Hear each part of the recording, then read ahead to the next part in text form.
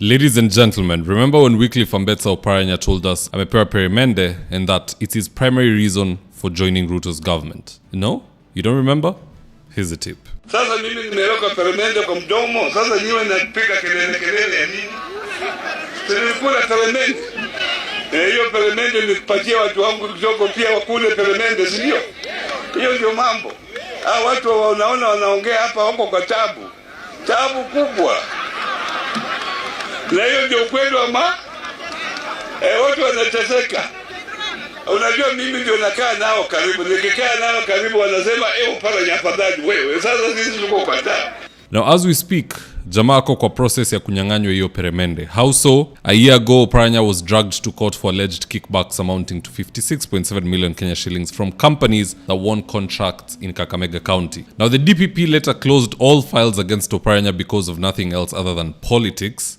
But guess what? As we speak, Justice Benjamin Mwikia Musyoki of the High Court of Nairobi has nullified the Director of Public Prosecution's decision to gerrymander and withdraw the corruption charges against Oparanya. Justice Musyoki amesema basically that what the office of the DPP did is not only unconstitutional, but it's also null and void. And it gets even worse for Oparanya, because like I told you, serikali ikitaka kukumaliza huwa inakimbia kama Kipchoge. So immediately after the High Court's ruling, the National Integrity Alliance put out a statement demanding for the arrest of Wycliffe Oparanya. Here's their statement in brief, and I quote: "The National Integrity Alliance calls for the immediate arrest of the Cabinet Secretary for Corporations and MSMEs Development, Wycliffe Oparanya, following a High Court judgment issued today by Honorable Musyoki. The High Court has ruled that the DPP acted unlawfully and unconstitutional when it reversed an earlier decision to prosecute the former Kakamega governor, now serving as Cabinet Secretary." Now I'll go to the very bottom, because I want to save you some time. Considering this landmark judgment, the National Integrity Alliance demands, number one, the immediate arrest of Wycliffe Oparanya. Number two, that the Director of Public Prosecutions immediately files fresh charges in accordance with the EACC's investigative findings and today's court judgment. Number three, that the DPP seizes the unconstitutional usurpation of investigative functions and respects the EACC's constitutional mandate under Article 79 and Chapter 6 of the Constitution. Very true. EACC most of the times will find people who've stolen and they have the evidence and they hand it over to the ODPP na yeye anacheza games, anafanya siasa hapo akinunuliwa chai. It's sad. Number four, that institutional cooperation between the ODPP and EACC be immediately restored and enforced to uphold the integrity of the criminal justice system. Now in this video I want us to look into why the High Court and the National Integrity Alliance are coming after Wycliffe Oparanya, and with no further ado, let's get after it. Now with the obvious corruption through kickbacks aside, here are the hidden political prompts that led to Oparanya facing the guillotine in court. Number one, Raila is looking to punish Oparanya because over the weekend, he hinted that he'll endorse someone else outside of ODM when it comes to the gubernatorial race of Kakamega. Here's a tip.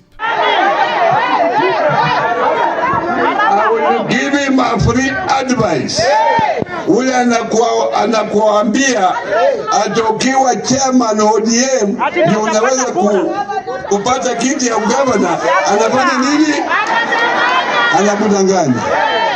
Kwa sababu hii viti mbili ni viti tofauti kabisa.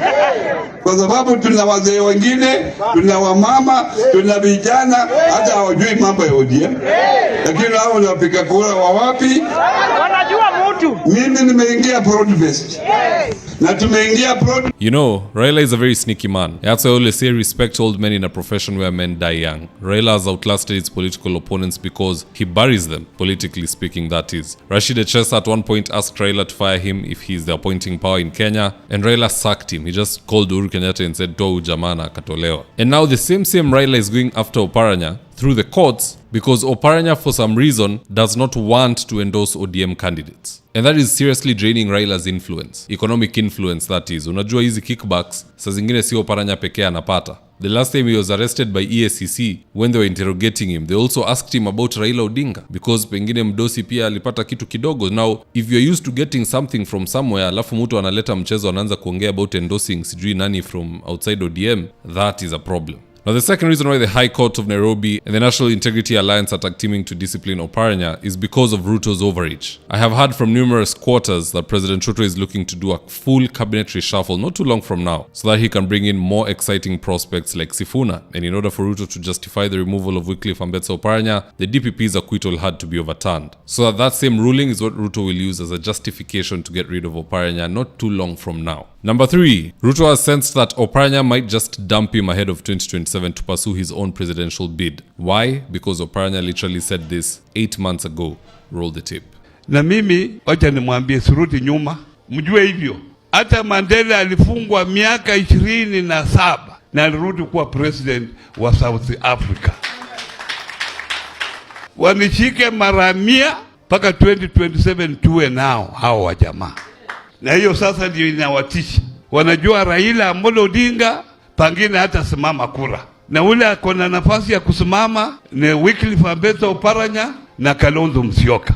Sasa hiyo ndio kuandamwa vile tunakuwa kuandamwa sahihi. From where I sit, let Oparanya be an incoming lesson to all those who are yet to understand that Ruto's primary slogan as far as politics is concerned is and always will be use and dump. Now with that, guys, do drop me your comments in the comment section below and I'll do my best to read them and to give you a response. Do you think this sudden bad news for Oparanya is as a result of behind the scene politics, or is it for the serious kickbacks that he was receiving as the Kakamega governor back in the day? Just drop me your comments, I'll do my best to read them and to give you a response. And with that is today's ad of the day. If you're in need of electrical wiring, solar installation, or electrical fittings such as strip lights, snake lights, downlighters, or chandeliers, contact Engineer Wycliffe at 0707 476602. And he'll get your house dapped up.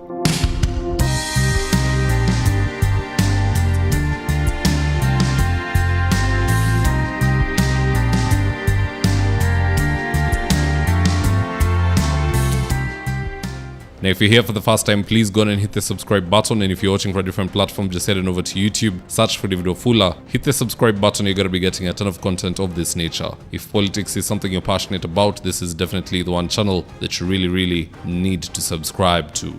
All right, guys, adios.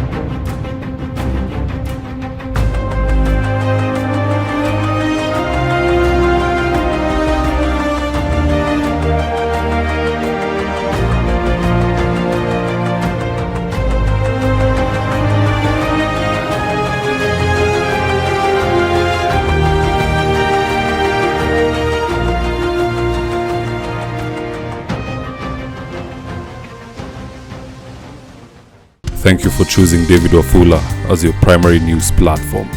We put countless hours in research, recording, and editing. By showing up each and every day to watch our videos, you encourage us to generate more videos for the viewers. We are on a mission to inform, educate, and build a better tomorrow.